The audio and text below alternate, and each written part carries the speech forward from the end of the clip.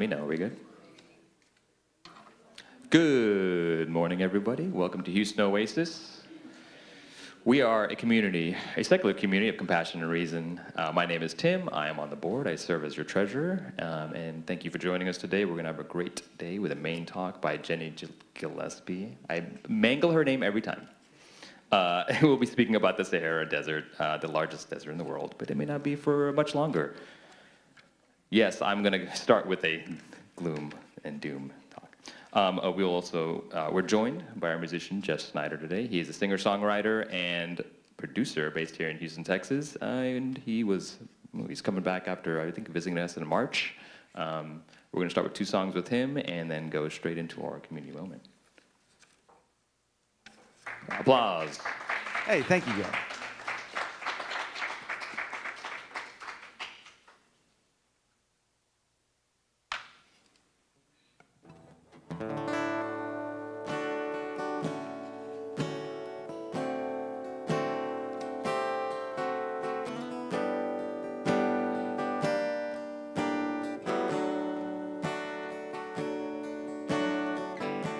Don't wanna be an actor pretending on the stage. Don't wanna be a writer with my thoughts out on the page. Don't wanna be a painter, 'cause everyone comes to look. Don't wanna be anything where my life's an open book. And a dream, it's true, and I'd see it through if I could be wasting my time with you. Don't wanna be a farmer working in the sun. Don't wanna be an outlaw and always on the run. Don't wanna be a climber reaching for the top. Don't wanna be anything where I don't know when to stop. And the dream, it's true, and I'd see it through if I could be wasting my time with you.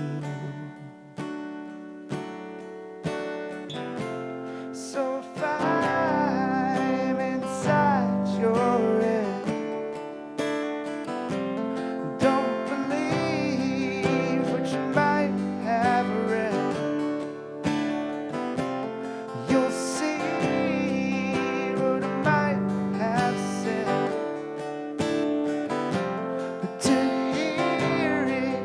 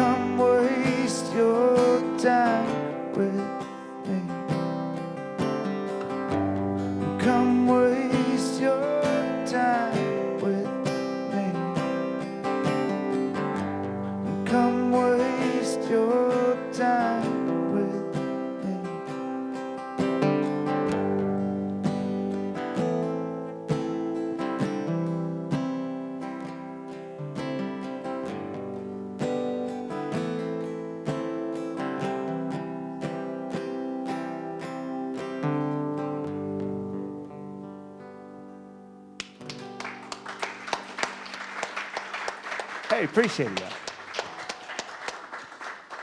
Wait a month and then you'll see. As I remind you what it's me. 100 different little ways to wrap your head around. I'll say, wait a month and then you'll see. In the middle of the night, as I lay down, I wonder why. Is my future looking bright? I'm just trying to live my life, but I doubt I do it right. We go up, down, every time, everybody's coming out.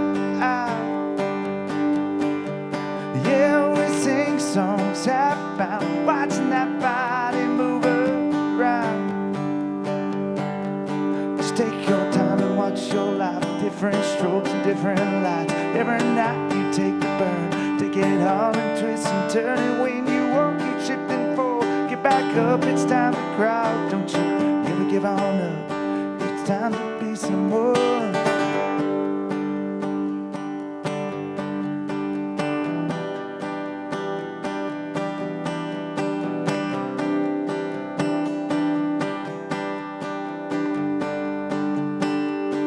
From the future I see you.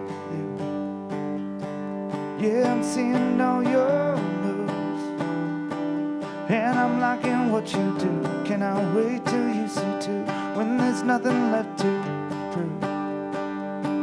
Now we're looking from afar.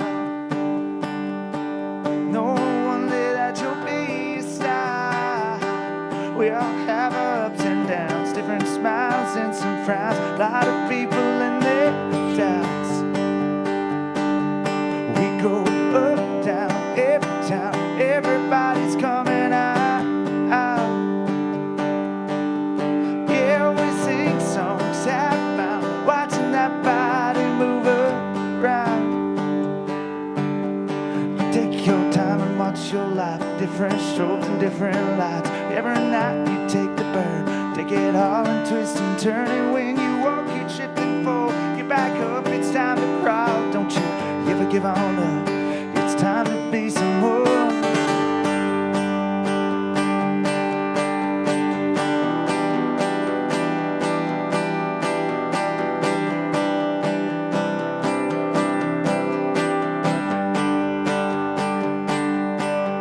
We go up, down, every time, everybody's coming out. Yeah, we sing songs, half bound, watching that body move around. Just take your time and watch your life, the different strobes and different lights. Every night you take the burn, take it all and twist and turn. And when you walk, you trip and fall. Get back up, it's time to cry out. Don't you ever give on up. It's time to be someone. Hey, thank you, y'all.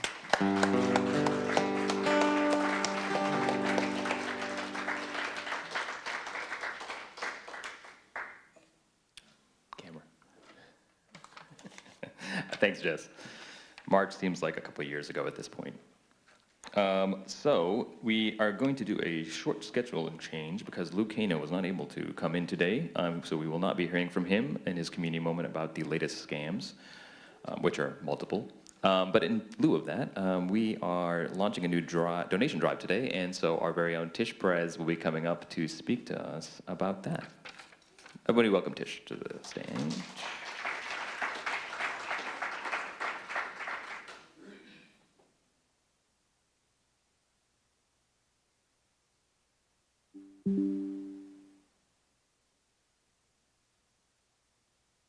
Give me 1 second. IT on the spot. Let's go.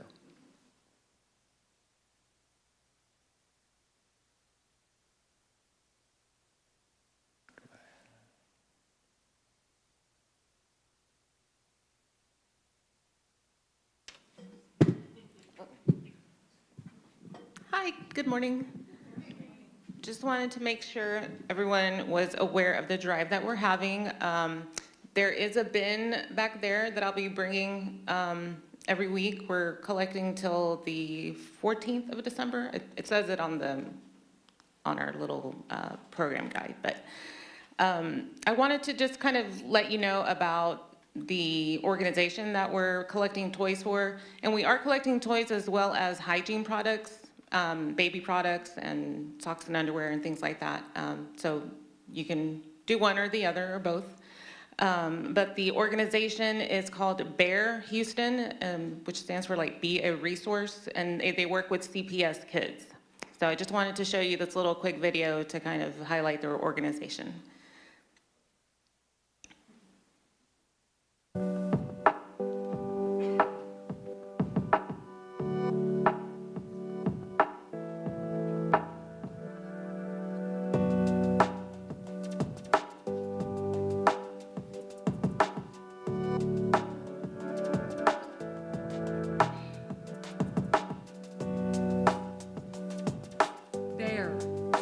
Resource for CPS kids.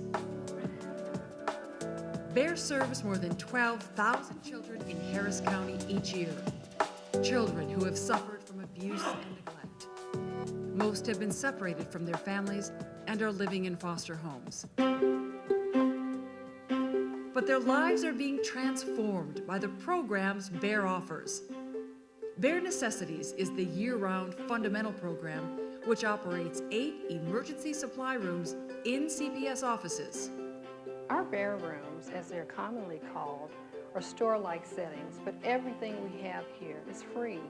We offer new clothing, shoes, hygiene items, blankets, bottles, formula, cribs, car seats, anything a caseworker may need for the children that they serve.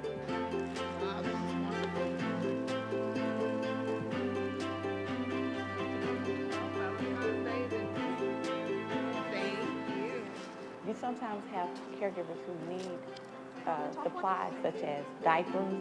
Maybe when the seasons change, they don't have the proper clothing for the children, and we would come and utilize the Bear room by getting a few outfits until they're able to buy clothes for that season. Bear's Back to School program outfits more than 5,000 CPS children each fall. Backpacks, uniforms, shoes. I was placed in CPS at 2 months old, and it was a convoluted childhood. I went from home to home to home. I stayed in an orphanage for 11 years. I went to a foster home. Bear played a monumental, influential role in my growth and development, primarily because they provided the tools that I needed for an outlet. Provided books, they provided toys, they provided the bags that I needed to be able to move from home to home without it being a trash bag. Bear's presence is most acutely felt during the holidays. The Bear warehouse is transformed into a huge toy distribution center. And thanks to the generosity of volunteers, Bearing Gifts provides holiday joy to more than 8,000 children each December. When a family volunteers with us for Bearing Gifts, they come in and receive a card that lists the age of the child and their 3 wishes for the holidays. They roam among all the toys here at the warehouse and select those precious items that the kids are so excitedly awaiting. All you're trying to do is provide some semblance of normalcy in their lives with a child, a toy, a gift, something that they can hang on to can be very important. It could be a bear. And what an amazing opportunity. I've done it with my daughter since she was probably 7, and she can actually understand that there's a child who is 6 years old who doesn't live with their mom and daddy, and they want a Barbie doll or a baby doll. The children sat in the window and watched us bring the gifts into the house. And we stayed and watched them unwrap the gifts. The caregivers is overwhelmed with joy. The children were so excited. And as the children grow and age out of the foster care system, they are treated to a Bear graduation celebration to commemorate their graduation from high school or obtaining their GED.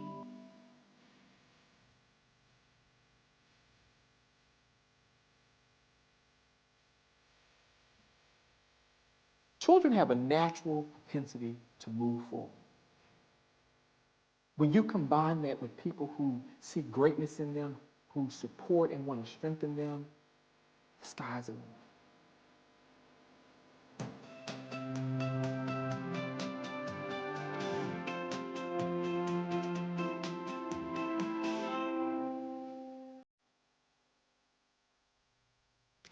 Thanks, guys. I hope y'all can make a donation.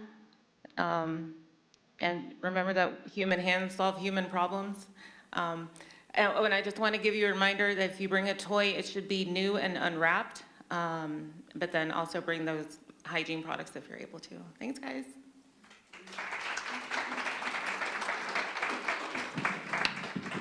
Thank you so much, Tish. Yes, meaning does come from making a difference, and I think you can make a huge difference in a child's life if we can get. So I already see a ton of stuff being donated over there, so congratulations, good job already. But let's keep it going until the December 14th is when we're going to end that. Okay, so all right, we are going to do a little bit early coffee break. If I could have the streaming turned off, and then people in this side maybe sit for a little bit. We're going to do a picture real quick. If you don't want to be in a picture, or the back of your head be in a picture, then you can stand up and move.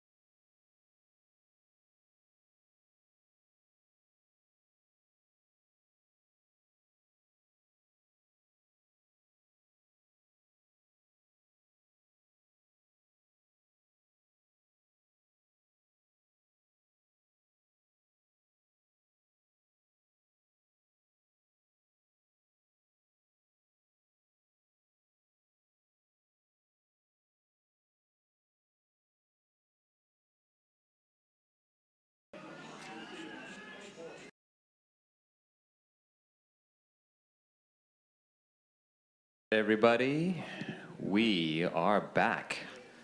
And I am going to be introducing our main speaker today, Jenny Gillespie, will be speaking about the Sahara. I'm sure she'll have many interesting tidbits to share with us. So if you could welcome Jenny to the stage right now.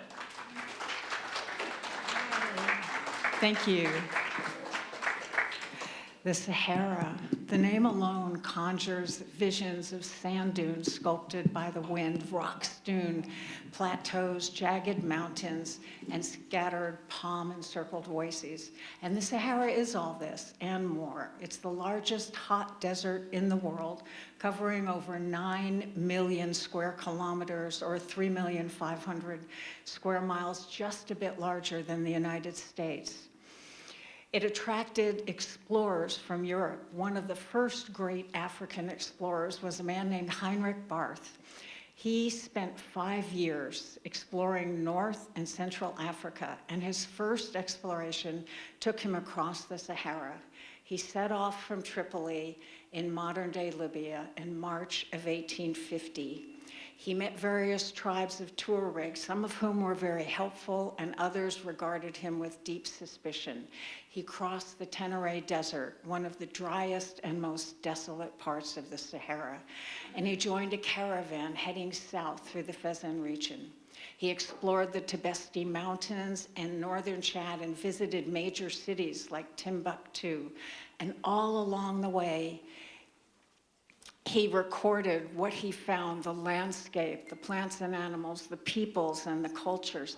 And this was all new and exciting, interesting, and valuable information for Europeans who knew very little about it. But it was all kind of what you would expect crossing a desert until he came to Wadi Matandaus, where he found something unexpected. In an area where no people lived, they found pictographs and petroglyphs of animals that don't live in the desert: big cats, giraffes, crocodiles, animals that live in savannas or near rivers. The rock art they've discovered date from about 12,000 to 4,000 years ago. They include wild animals and some, like aurochs and bubulas, that have since gone extinct. They also include pictures of people hunting with bows and spears or herding domesticated animals. And these were not a one-off. These petroglyphs and pictographs span the desert. And since Heinrich's exploration, other clues have been found that give us a more complete picture of the history of the Sahara, how it came to be the way it is today, and what its future may hold. We're going to start with Pangaea, our most recent supercontinent, spanning from the Arctic to the Antarctic, and you can see Africa and the area the Sahara covers today, kind of in the middle. It was surrounded by ocean, generally called the Panthalassa Ocean, and that area inside, if I can remember this, inside the sea, sometimes called the Tethys, and that very inner part between Africa and Eurasia, the Paleotethys Ocean. About 250 million years ago, it began to break apart. First, North America separating from Africa, Eurasia separating from Africa, and then after several more million years, Africa separating from South America, Antarctica and Australia, and India. So that by about 40 million years ago, the Tethys Sea had filled in from the east most of the area that covers the Mediterranean today and about half of what is now the Sahara. And we know this because of fossils, fossil nummulites, that make up sometimes up to 40% of the blocks that form the pyramids. They contain these fossils and other fossils, and many of them were quarried in an area known as Wadi al-Hitan. a 12-mile-long depression that has one of the highest concentrations of fossils in the world, the vast majority of which are marine, including entire whale skeletons, well, whale ancestor skeleton, from which it gets its name, the Valley of the Whales. In 2015, the first ever complete skeleton of a different whale ancestor, Basilosaurus, was uncovered in Wadi al-Hitan, preserved with the remains of its prey, including a Dorodon and several species of fish, and signs of predation or scavenging by animals with teeth like sharks. This gives you an idea of our size: Basilosaurus on the top, Dorodon on the bottom. Since the 1980s, over 500 skeletons of primitive early whales that lived between 56 and 34 million years ago during the Eocene have been found at Wadi al-Hitan and other close by sites. Most of them are Basilosaurus or Dorodons. In addition, paleontologists have found fossilized mangrove roots, indicating that some of these areas were very shallow, maybe like the Everglades, or if you've seen other mangrove areas, that water tends to be shallow. There's also a presence of lots of small whale skeletons, which gives a clue that possibly this area was like a nursery where females would come to give birth in a somewhat sheltered location with lots of food. So 40 million years ago, as Africa, the African plate, once freed from the other Gondwanan continents, was shifting northward, converging with Eurasia, and it began to cut off access to the former Tethys Sea. Water was being, you can see these two, if I can remember how to do this. Yeah, there. So, here, the access from the former Tethys into the Mediterranean area was being cut off. And as the two continents, Eurasia and Africa, converged, the northern rim of the African continent was pushed up. And that created an inland sea on what is now the Sahara.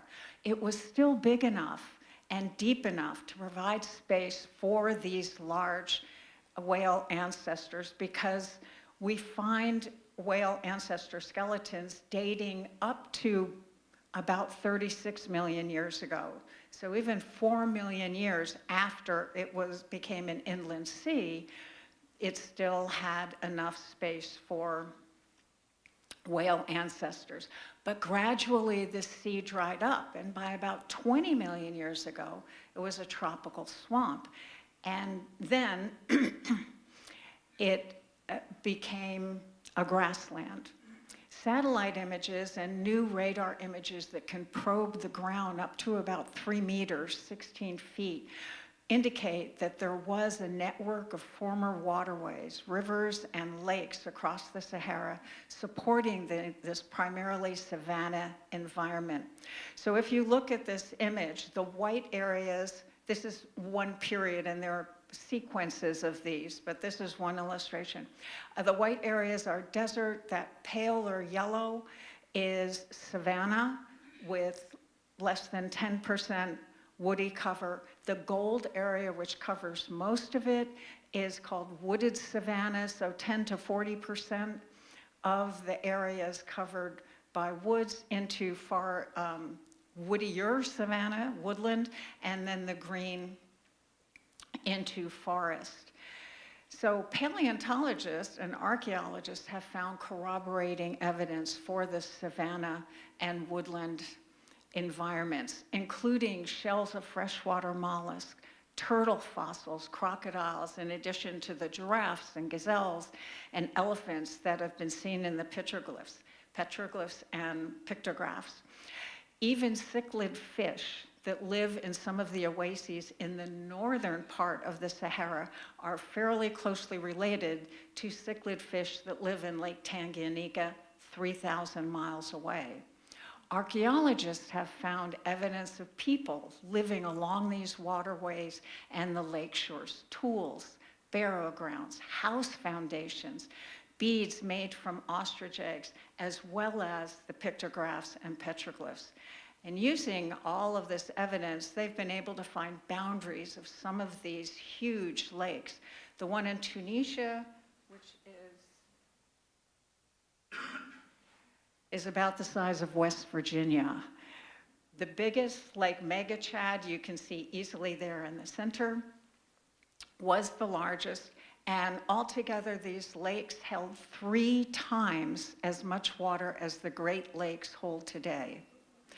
At their largest, and they grew and shrank over time. At their largest, they covered 10% of the Sahara. They were so big, we call them mega lakes, and they provided green corridors across this area. The pattern of shifting between the savanna and desert appears to happen on about a 21,000-year cycle, more or less in sync with Milankovitch cycles, my favorite, with the precession, which is that wobble. So there's 3 parts to the Milankovitch cycles: the change in the shape of the orbit from very, very close to a circle, 0.00055, okay, this is on a scale from 0 to 1, to 0.067. This illustration is 0.5, so this is much more elliptical than our orbit ever gets to. And then there's the change in the angle from about 22.1 degrees to 24.5. We're at 23.1 now, and then the wobble. And it's the wobble changing where the pole points, which changes where on the orbit the different seasons fall. And that seems to be the primary one. All of them interact, and none of them have periods that easily fit together. So the shape of the orbit changes on about a 100,000-year schedule. The precession on about a 26,000-year cycle, and the change in the angle of the pole on about a 42,000-year cycle. So there's a lot of complex interaction, but this seems to be the main one. So what happens is water and land heat up and cool off differently. We say they have different heat capacity. So the continents heat up faster, especially during the summer months when the amount of solar energy called insolation is stronger. So the land heats up, the ocean heats up slower. So it creates winds, and it tends to pull the African monsoon north when you have more heat energy heating up the land. And then when that decreases, the monsoon shifts south. When the monsoon is north, that's when the Sahara gets more rain. That fosters more plant growth, which holds more heat, which develops a reinforcing cycle, and then it can go the other way. So where does that leave us today? The Sahara lies in a belt of deserts that include the Gobi, the Taklamakan, and the deserts of the American Southwest. There's a comparable band of deserts in the southern hemisphere, which we're not going to deal with today. So these are between 20 and 30 degrees north of the equator. And a general pattern is that hot, moist air rises over these rainforests at the equator. They lose their moisture as they raise, and they cool, and they drop rain or snow near the equator, and then travel. The winds move, air moves north or south, and by the time it gets between 20 and 30 degrees away from the equator, it is dry air, and it begins to descend. And that descending air creates high pressure areas and inhibits the formation of clouds. So these bands tend to be dry all the time. It's sometimes called the horse latitudes. In addition, the Sahara has a rain shadow caused by the Atlas Mountains on the northwest coast of Morocco. which means this is what you're left with. The majority of the desert is made up of hamadas, rocky basalt plateaus, also known as regs. The wind helps them achieve this look by blowing off all of the lighter material. The dust and the sand gets blown, leaving the gravel, boulders, and bare rock. The lack of rain and vegetation means that temperatures can vary widely over the course of a day. The air can reach 122 degrees Fahrenheit or 50 degrees Celsius. The land, the sand and the rock can get even hotter. Daytime temperature, sand temperature can reach 80 degrees Celsius, 176 degrees Fahrenheit. And you may have seen examples of people like cooking eggs on the rocks. These big temperature variations put a strain on the exposed rock by heating it up so excessively and then cooling it down. And it causes the rock to expand and shrink and can break it and shatter it. And then it rolls down the mountainside, continues to break and shatter with these temperature variations until it gets to about 0.5 millimeter in diameter, at which point that particular form of breaking up ceases to function. And Andy tried to explain it to me a little bit, but I'm not going to worry about it. As rocks fall off the mountain, new rock is exposed. And so you have this constant production of sand and dust at the mountains. And the winds then blow it away, and generally the sand ends up in these sand fields, these flat areas, and the collect sand, the dunes, or ergs as they're sometimes known, they only cover about 20% of the Sahara. But some of them are 180 meters, nearly 600 feet high, and they creep along at about 15 meters a year, which is about 50 feet, so maybe 11 inches a month, or 11 inches a week, So but these hold enough sand to cover the entire Earth, 8 inches or 20 centimeters deep. They're formed and sculpted by the wind, which also pushes them along. Depending on the strength of the wind, the smallest particles will blow into suspension. They will be blown into the air, the dust, and they will stay floating in the air for an extended period of time. These help form some of the dust storms that the Sahara is famous for. Saltation will call for the medium-sized particles, and they kind of skip along. And if you've been to the beach or to another desert with sand, you see this happening. The biggest particles either scoot or roll along as the wind blows. And this is what creates the dunes. So the dunes are accumulations of this wind-blown sand. On the windward side, the surface creep and the saltation push grains of sand up that slope, and that's usually a fairly shallow slope, 10 to 20 degrees.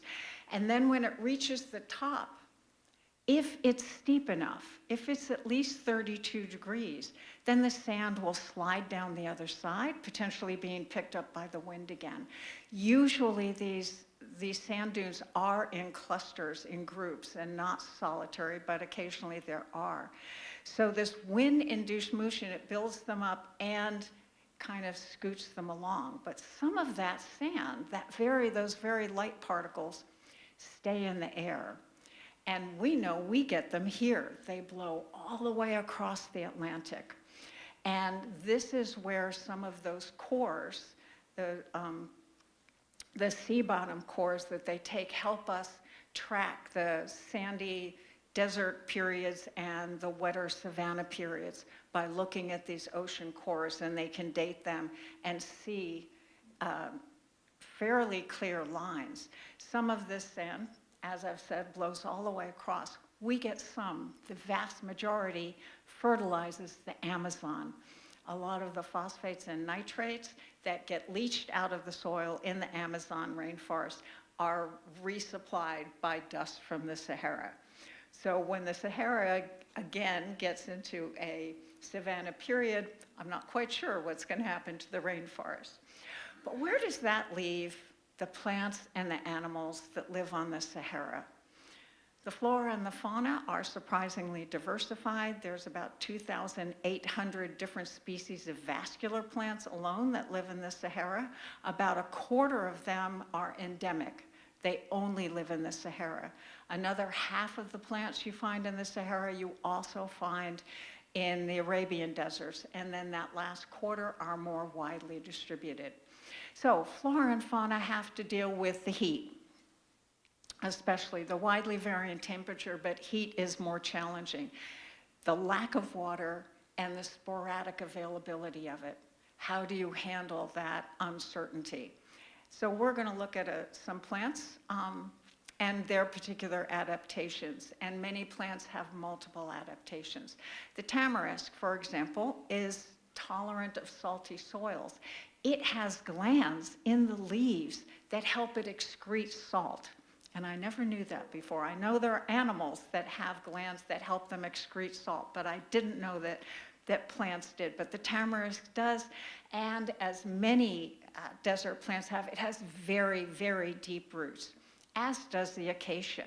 The acacia also has really, really tiny leaves that help it conserve water. And as other legumes, it has a symbiotic relationship with nitrogen-fixing bacteria, so it actually helps enrich the soil that it lives in by the symbiotic relationship, adding nitrogen to the soil. The Sodom apple, very different set of adaptations. You can see it's got these huge leaves, and if you look at the surrounding plants in that picture, the other plants don't have that. But these leaves, in fact, the whole plant has a really thick, waxy coating, and so that protects it from water loss. Instead of spines, which many desert plants have to ward off herbivores, this plant has a toxic sap that some people use medicinally. A totally different set of adaptations is exhibited by the desert grass and other grass-like plants that live their whole life cycle from rain to dry. When it rains, the seeds will sprout, the plant will grow, it will set flowers, hopefully get pollinated, get the seeds, and the seeds will fall off, ready to sit and wait till the next rain, whether that's in a month, a year, or 5 years. Some of these seeds can sit for a very extended time. The saltbush is kind of fascinating. If you see how bright some of those leaves are, the leaves are more reflective than most leaves, and that's one of the adaptations that helps it from getting too hot and reducing heat absorption. But what about animals? I love the goats. The goats that live in and around the Sahara are uniquely adapted to it. Their hooves are really good for walking and climbing. Their skin and coats tend to be very pale, so they reflect heat and help with regulating their body temperature. They're good foragers. Goats, all goats tend to have an ability to eat a lot of things, work around spines. And these are from Morocco. They're known for climbing trees, getting to the best leaves. And of course, the camel, maybe our archetypal desert animal. Long eyelashes to protect the eyes from getting sand, nostrils that can close, the ability to lose 25% of its body water without ill effect. They can travel close to 100 miles in a day. They've got these very wide feet to keep them from sinking into the sand. And they can drink something like 100 gallons at a time of water. But I always wondered, how do these animals get water from their food? So I have to share that with you. All right, so carbohydrates and fats and proteins all have a lot of carbon, hydrogen, and oxygen in them. This is a very simple sugar, glucose. When plants make that food, they take carbon dioxide from the air and water and recombine those atoms into a bigger molecule using energy from the sun. When we digest them, or other animals digest them, we oxidize them, we break them down into those smaller molecules and get energy out of those molecular bonds that the plants put energy into. So if you digest a gram of carbohydrate, you get, so in this example, from one molecule of sugar, you get 6 molecules of water. But you need that extra oxygen to create the carbon dioxide and water. So from 1 gram of carbohydrate, you get about 6/10 of a gram of water. From a gram of protein, you get about 4/10. From a gram of fat, you get more than 1 gram of water. And so fat starts to make perfect sense why camels would store things as fat. You get so much more water out of that when you go to use that, in addition to energy. So thank you for tolerating that. I know not everybody likes those those equations. The frog, the Sahara frog, is kind of like the desert grass. It will estivate. Some species make almost a little sac to help them keep in moisture, but they can estivate for months or years. They do the same thing as the grass. It rains, they come out, they mate, they lay their eggs, the eggs hatch, the tadpoles swim around, the tadpoles grow into froglets, and hopefully all that happens before the water dries up. And then they can go back and estivate for however long it takes. And I couldn't leave out the scarab beetles because they're so famous in Egyptian iconography. They take little bits of dung from the animals that they find. They have a great sense of smell. Apparently, they can smell dung 2 miles away. Make it into a ball, kind of do a wheelbarrow thing where they push with their front legs and roll the ball with their back legs till they find a suitable spot. Bury it, lay their eggs on it so it becomes food for the larva. The adults can also eat it, and what they don't eat becomes fertilizer, so they help spread fertilizer around the desert. So all these things are adapted to the sporadic water or even no water at all. But there is water in the desert. There are oases. With little or no rain, where is that water coming from? It turns out that under the layers of sandstone from when it was a seabed are aquifers, huge aquifers, 3 or 4 really gigantic ones. This is one covers parts of Egypt, Libya, Sudan, and Chad. It's very deep, and some of them were discovered when people were drilling for oil. So back in the day when things were wetter, the water could seep down through the sandstone, which is a very porous rock. That sandstone is now topped with layers of clay, which is much finer, has smaller spaces, and it's harder for the water to work its way through. But there are faults in the clay. There are cracks in it, and that's where the water can seep up to feed the oases. These aquifers of what is now considered ancient water are being used in some places for drinking water and for agriculture.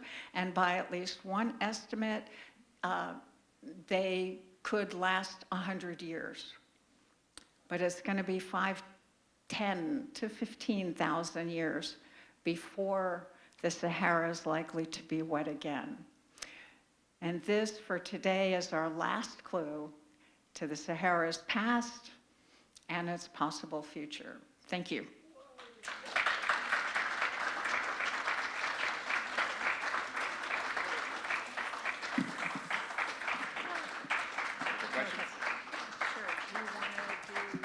We're going to open it up for questions right now. Please raise your hand if you have some.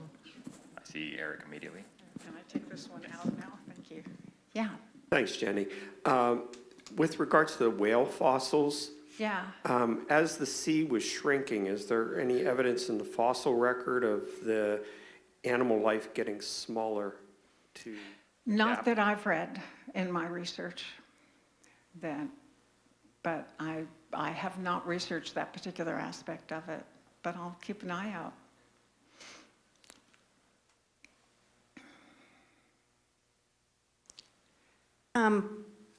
What, what's the water source for the aquifers? The aquifers were formed during some of those wetter periods when it was a tropical swamp, a savanna woodland, and the water had time to seep down. But they're not being added to now.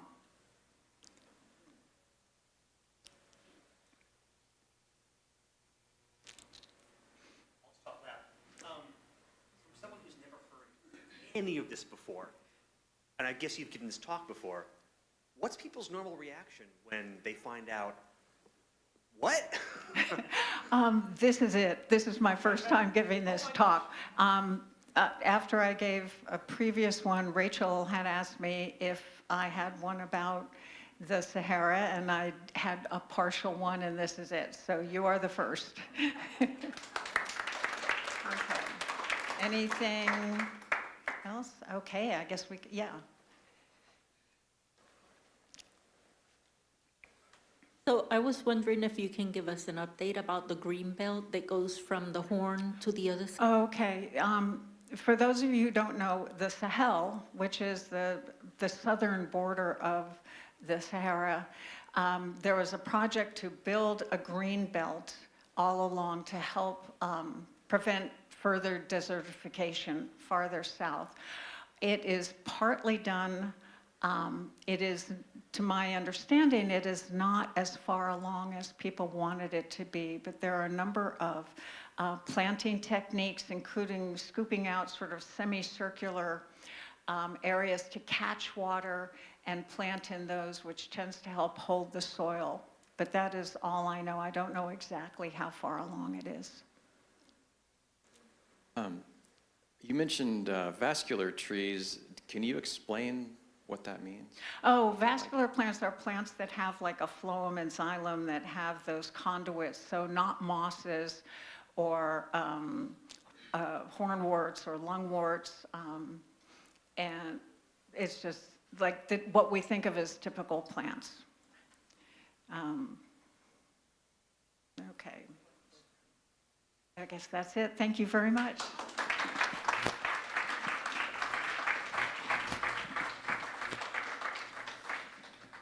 Thank you so much, Jenny. That was enlightening as always. It's time for announcements, so get ready. A very important announcement. This Saturday, the 22nd, we will be holding a service for our dearly departed friend, CB. It will be at the Live Oaks Friends Meeting House. 2 p.m. is when the visitation will begin. We'll be doing a 2:30 service, and then we'll be doing a reception afterwards at the same location. So please join us if you can. Say goodbye to CB.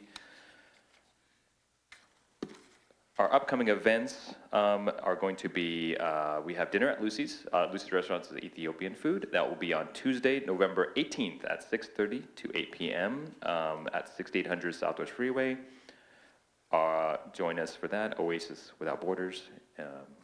Oasis Book Club will be on Wednesday, November, 19th, the day afterwards. They will be discussing Of Mice and Men. It will be at Cafe Express at 6:30 to 8:30. Hang out and discuss the classic there. And we will be doing another volunteering at the Houston Food Bank on November 29th from 1 to 4. Please sign up for that if you can, so we have a number who's going to be showing up there, and you can do that on our Oasis meetup. That is, you can see the socials on the back of our bulletin. Everybody knows this. In the bottom right corner is all of our socials. Our meetup page is there. As you saw with our wonderful talks today, you can, if you have an idea, send a email to speak@HoustonOasis. If you have something you want to talk about, we have community moments that are short 5 to 10 speaking engagements. You can speak about share a personal story, book you read, something interesting, say where you are in your personal journey right now. I am about fed up, so I'm like right here. But I will not be speaking about that. As well, we have I believe our board meeting is this Wednesday. It's not listed here, but you can email the board at houstonoasis.org if you need a link to that. We meet by Zoom, and it's open unless we need to speak about other stuff. Next Sunday, November 23rd, our musician will be Hank Woji. He will be providing live music, and then we will be hearing from Alex Malone, Jenny's son. Let's put on another show, The Business and Joys of Show Business. And that will be our potluck day as well. And now we're going to hear from, I didn't miss anything, Jennifer? Okay, we will be hearing from 2 more songs from Jess Schneider.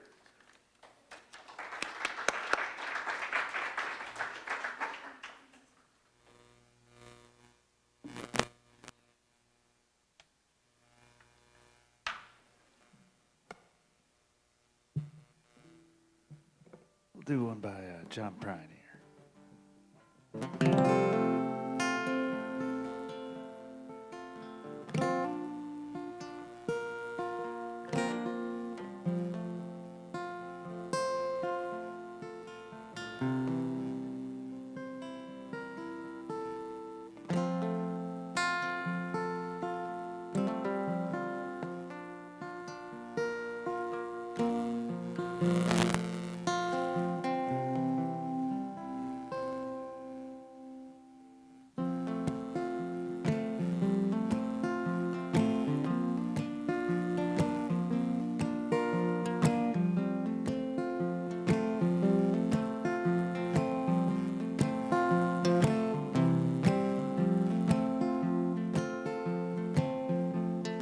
I know a guy who's got a lot to lose. He's a pretty nice fella, kinda confused. He's got muscles in his head that's never been used. Thinks he owns half of this town. Starts drinking if he gets a big red nose and beats his old lady with a rubber hose. Then he takes her out to dinner, buys her new clothes. That's the way that the world goes round.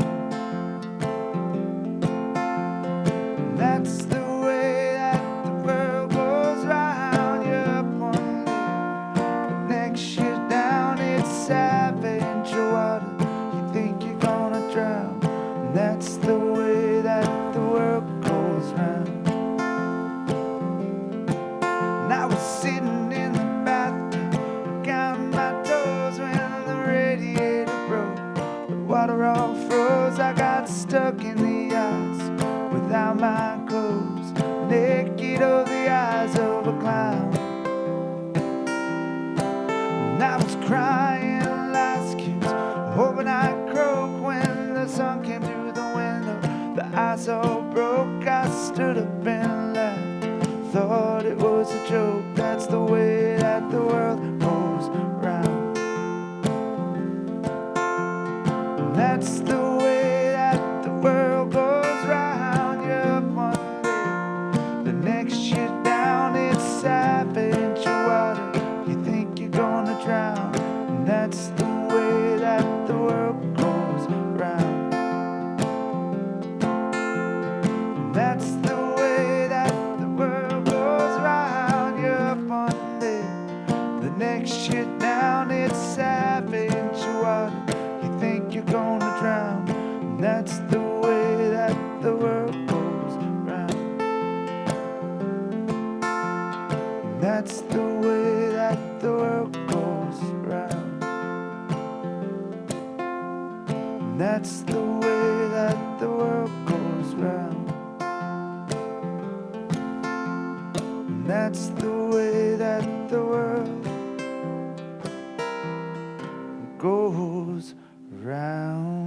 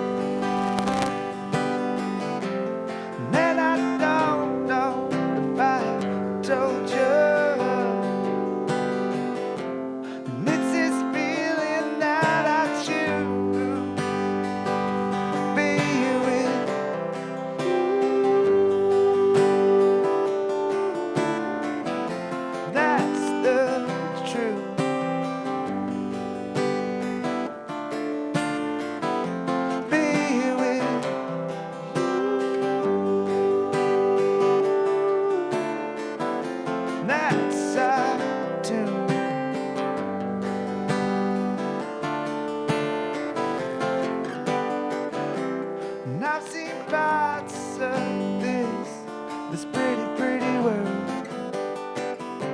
But it'd be so nice to see it with you.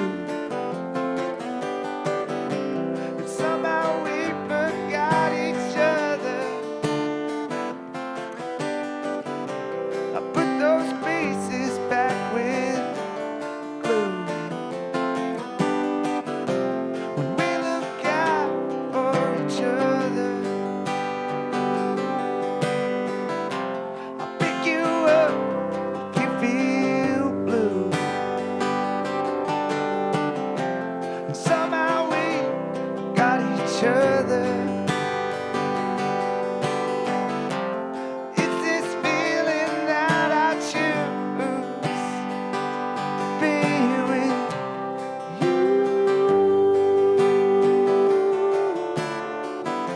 that's the truth.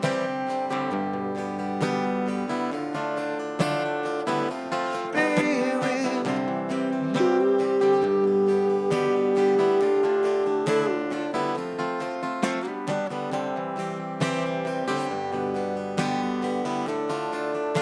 that's the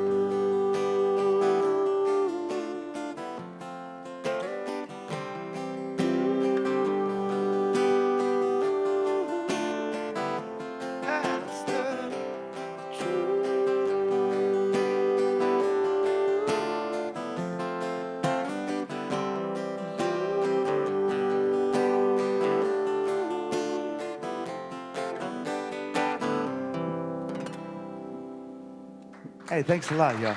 Appreciate it. Jess Schneider, everyone. Always great to have you, man. Okay, a few final announcements. There goes my pen. Okay, just putting in your ear already, the annual winter solstice party that we put on with the other secular groups in Houston will be Saturday, December 13th at 7 p.m. at Gristwork. Come join us. We do a drive there for donations, and I think you get like free drink tickets if you do that. So always a good time. As well, let me get my money talk. Okay, so we don't charge attendance for attendance, guys, but we are completely funded by you. So we are 501c3. We have to pay musicians. We pay for space. So if you're able to give, we appreciate it. Please go to HoustonOasis.org/donate, or you can use the QR codes, helpfully, on the back of this bulletin. And in the back over there, there's a hat you can also drop some money on. Did anybody, before we close out today, because we have a little extra time, did anybody have any news they want to share, personal news? Nobody. I knew she was going to raise her hand. Yes, Susan. My son David Harris is visiting from San Antonio, Texas. My son David Harris is visiting here from San Antonio, Texas, sitting next to Jenny, whom he's known most of his life. There we go. Hi, David. Welcome. All right, if that's all, thank you so much, everybody. Have a great week, and we'll see you next week. Yep, hold on. Lunch? Oh, my God. No, y'all don't want to eat, right? Yes, lunch today, or we have potluck next week, but lunch today will be at Cafe Express at, there we go, 1422 West Gray, 1422 West Gray. Go and break bread with your fellow Oasians. Everybody have a great week. Thank you very much.